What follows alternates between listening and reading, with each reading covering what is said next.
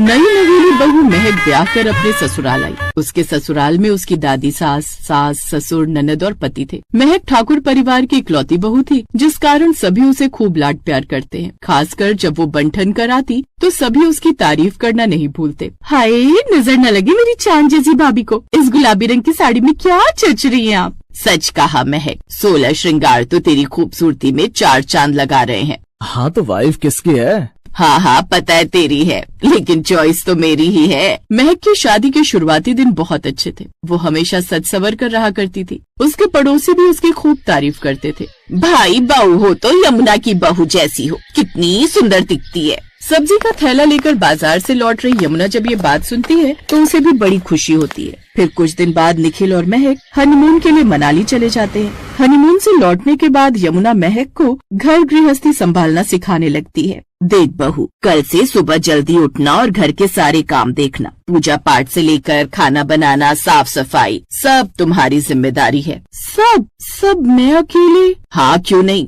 तुम इस घर की बहू हो, क्या बहू का फर्ज नहीं है ये सब करना। महक चुप हो जाती है। उसे समझ नहीं आता कि क्या कहे। उसी दिन से वो घर संभालने में लग जाती है। उसकी सुबह श्यामलाल जी की चाय से होती। बहू चाय बनी कि नहीं? जी पापा जी, बस तैयार है। उसमें अदरक कूट कर डालना। तेरी सास ने बताया नहीं होगा तुझे, लेकिन मुझे अदरक की चाय पसंद है। हाँ नहीं बताया, क्योंकि मुझे अदरक पसंद नहीं। बहू तू पहले मेरे लिए एक कप निकाल देना, उसके बाद ही इनकी चाय में अदरक डालना। जी माँ जी। और मेरी चाय में तो चीनी बिल्कुल नहीं डालना बहू, मुझे चीनी बिल्कुल बर्दाश्त नहीं। कुछ देर बाद महक सबकी फरमाइश की चाय बनाकर ले आती है। बहू अब नाश्ते में सबके लिए आलू के पराठे और बथुए का रायता बना ले, और सुन उसमें जीरे का छौंक अच्छे से लगा लेना, उससे खुशबू अच्छी आती है। लेकिन सुन बहू, उससे पहले तू घर की साफ सफाई कर ले और उसके बाद पूजा पाठ कर लेना। घर की लक्ष्मी सुबह सुबह पूजा पाठ करे तो ये बड़ा शुभ होता है, और वैसे भी अब मुझसे ज्यादा देर पूजा में बैठा नहीं जाता।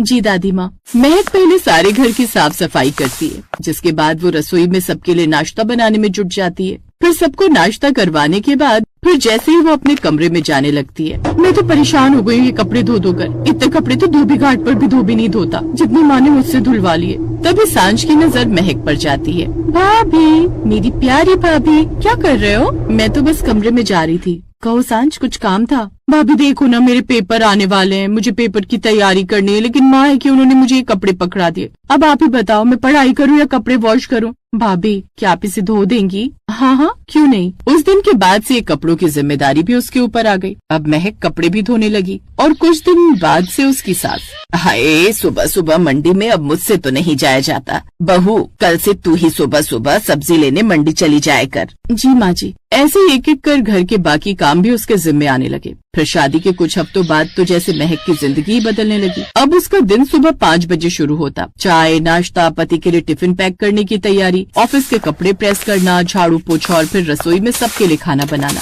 घर गृहस्थी संभालते हुए धीरे धीरे उसने बिंदी लगाना, लिपस्टिक लगाना और आईने के सामने खुद को निहारना ही छोड़ दिया। अब वो सारा दिन बिना सजे ही घूमती रहती। उसे देख अब उसके घर के लोग भी टोकने लगे। इन आजकल की लड़कियों को तो 16 श्रृंगार का मतलब ही नहीं पता। शादी को कुछ महीने हुए हैं, लेकिन देखो तो कैसे बनकर घूमती है। अरे बहू, थोड़ा तो सच संवर कर रहा कर। तभी उसके ससुर वहाँ आते हैं।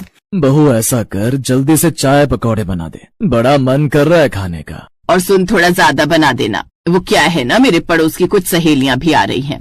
अपने सास ससुर की बात मानकर वो रसोई में जाकर तैयारी में लग जाती है। कुछ देर बाद घर में मेहमान आ जाते हैं, जहाँ उनकी पड़ोसन आशा भी होती है। यमुना, ये तेरी वही बहू है ना? इसने खुद का क्या हाल बना लिया है, ये तो बिल्कुल भी सच सबर कर नहीं रहती। अब तुम तो जानती हो इन आजकल की बहुओं को, इनमें आलस इतना है कि ये सब मेहनत करना ही नहीं चाहती। अब यहाँ कोई पहाड़ तोड़ने जितना काम तो है नहीं कि इन्हें खुद के लिए बिल्कुल भी फुर्सत ही ना मिले सजने संवरने की। अपनी सास की ये बात सुनकर महक को बड़ा अजीब लगता है, क्योंकि असल में तो वही जानती थी कि उसे पूरे दिन में खुद के लिए पल भर की भी फुर्सत नहीं थी। ऐसे ही दिन बीतते हैं।